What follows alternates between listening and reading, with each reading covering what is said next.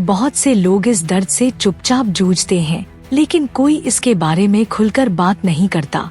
आज के समय में करोड़ों लोग बाहर से बेहद सफल दिखाई देते हैं। बड़ी नौकरी, अच्छा पैकेज, सोशल मीडिया पर मुस्कुराती तस्वीरें, महंगी गाड़ियाँ, ट्रैवल और लाइफस्टाइल। लेकिन रात को अकेले में बैठते ही मन में एक अजीब सा खालीपन उतर आता है। ऐसा लगता है जैसे सब कुछ होने के बाद भी कुछ बहुत जरूरी छूट गया है। और यही वह सवाल है जो आधुनिक इंसान को अंदर ही अंदर खा रहा है। अगर मैं सफल हूँ तो फिर खुश क्यों नहीं हूँ? सनातन धर्म। मैं इस खालीपन को कोई मानसिक कमजोरी नहीं मानता, बल्कि इसे एक आध्यात्मिक संकेत मानता है कि आत्मा अपनी वास्तविक दिशा से भटक चुकी है। जरा इस कहानी से समझो। अर्जुन नाम का एक आधुनिक व्यक्ति मल्टीनेशनल कंपनी में ऊंचे पद पर, महीने की मोटी सैलरी, परिवार की सारी सुविधाएं पूरी, समाज में सम्मान, लेकिन फिर भी हर सुबह उठते ही उसे लगता है कि वह किसी मशीन की तरह जी रहा है। वही मीटिंग्स, वही टारगेट्स, वही तुलना।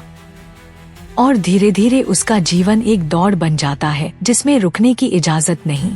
और यही सनातन दर्शन कहता है कि समस्या सफलता में नहीं, बल्कि सफलता की परिभाषा में है। आधुनिक दुनिया सफलता को केवल धन, पद और पहचान से मापती है, जबकि सनातन धर्म कहता है कि सच्ची सफलता संतोष से आती है। संतोष यानी भीतर का ठहराव। और जब मन लगातार और चाहिए की अवस्था में रहता है, तब चाहे जितना पालो, भीतर की भूख कभी शांत नहीं होती। गीता स्पष्ट कहती है कि इच्छाएं आग की तरह होती हैं, एक पूरी होती है तो दूसरी जन्म ले लेती है। और जो व्यक्ति इच्छाओं को जीवन का केंद्र बना लेता है, वह अनजाने में खुद को असंतोष के चक्र में कैद कर लेता है। अर्जुन भी यही कर रहा था। वह हर प्रमोशन के बाद कुछ दिन खुश रहता, फिर वही खालीपन लौट आता, क्योंकि जो खुशी बाहरी उपलब्धियों से आती है वह अस्थायी होती है, जबकि आत्मा स्थायी आनंद चाहती है। सनातन धर्म कहता है कि यह खालीपन इस बात का संकेत है कि व्यक्ति अपने भीतर के स्वरूप को नजरअंदाज कर रहा है, क्योंकि आत्मा न तो पद से तृप्त होती है, न धन से, न तारीफ से। उसे चाहिए आत्म साक्षात्कार, स्वयं को जानना। उपनिषद कहते हैं कि जब तक मन बाहर भटकता रहेगा, तब तक भीतर शांति नहीं मिलेगी।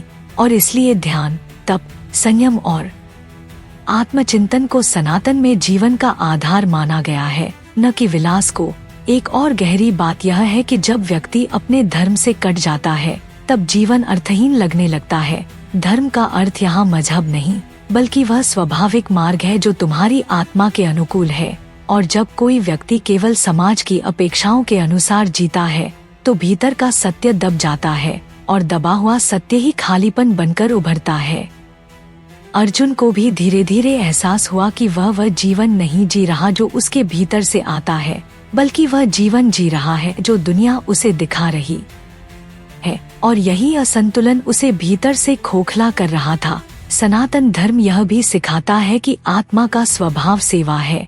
सेवा केवल दूसरों के लिए नहीं, बल्कि समग्र सृष्टि के लिए। और जब जीवन केवल मैं और मेरा तक सिमट जाता है, तब आत्मा घुटने लगती है, क्योंकि वह विस्तार चाहती है, योगदान चाहती है। यही कारण है कि केवल व्यक्तिगत सफलता व्यक्ति को जोड़ती नहीं, बल्कि अलग थलग कर देती है। और अलगाव ही खालीपन का मूल कारण है।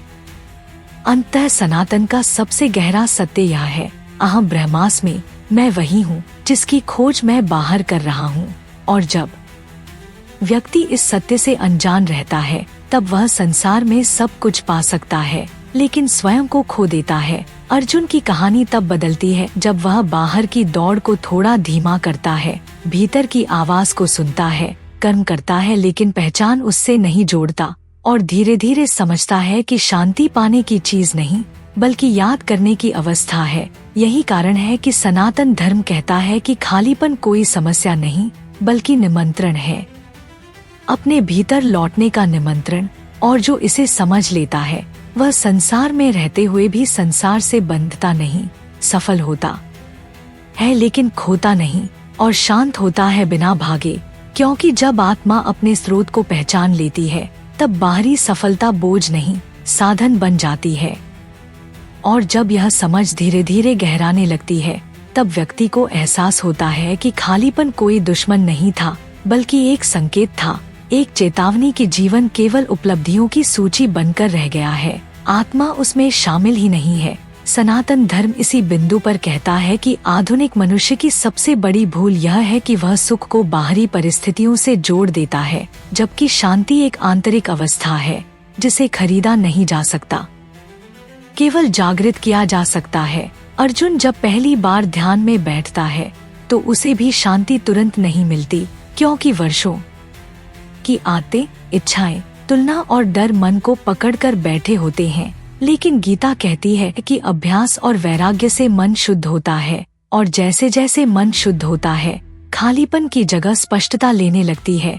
आधुनिक जीवन में व्यक्ति इतना व्यस्त है कि वह खुद के साथ बैठने से डरता है, क्योंकि भीतर का सन्नाटा उसे असहज लगता है। लेकिन सनातन दर्शन कहता है कि उसी सन्नाटे में आत्मा की आवाज छुपी होती है।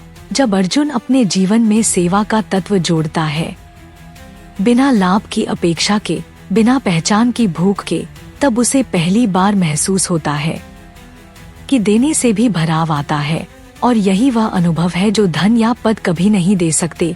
सनातन यह भी सिखाता है कि संसार का त्याग समाधान नहीं, बल्कि संसार में रहते हुए आसक्ति का त्याग ही मुक्ति का मार्ग है। और यही संतुलन आधुनिक व्यक्ति को सिखाया जाना सबसे जरूरी है।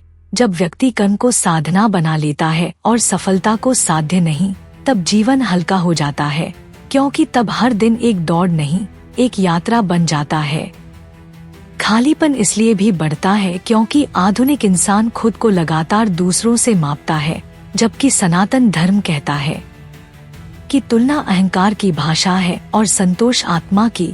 जैसे ही व्यक्ति तुलना से बाहर आता है, भीतर का दबाव कम होने लगता है। अर्जुन को भी यह समझ आता है कि वह दूसरों की गति से नहीं, अपनी प्रकृति से चले, क्योंकि हर आत्मा का मार्ग अलग है। अंत में सनातन का संदेश यही है कि सफलता का विरोध नहीं, लेकिन सफलता को जीवन का केंद्र बनाना ही पीड़ा का कारण है। जब केंद्र बदलता है अहंकार से आत्मा की ओर, तब वही जीवन, वही संसार, वही काम एक नए अर्थ से भर जाते हैं। और यही कारण है कि सनातन धर्म आधुनिक खालीपन को मिटाने के लिए बाहर कुछ जोड़ने को नहीं कहता, बल्कि भीतर से अनावश्यक बोझ हटाने को कहता है। क्योंकि जो तुम खोज रहे हो वह तुम पहले से हो, बस याद करना बाकी है। यह पूरी बात वीडियो में विस्तार से समझाई गई है। अगर यह विषय आपके मन को छूता है तो अभी चैनल को सब्सक्राइब करें, वीडियो को लाइक करें और कमेंट में लिखें शांति, ताकि यह ज्ञान और लोगों तक पहुंच सके और आप भी इस यात्रा का हिस्सा बन सकें।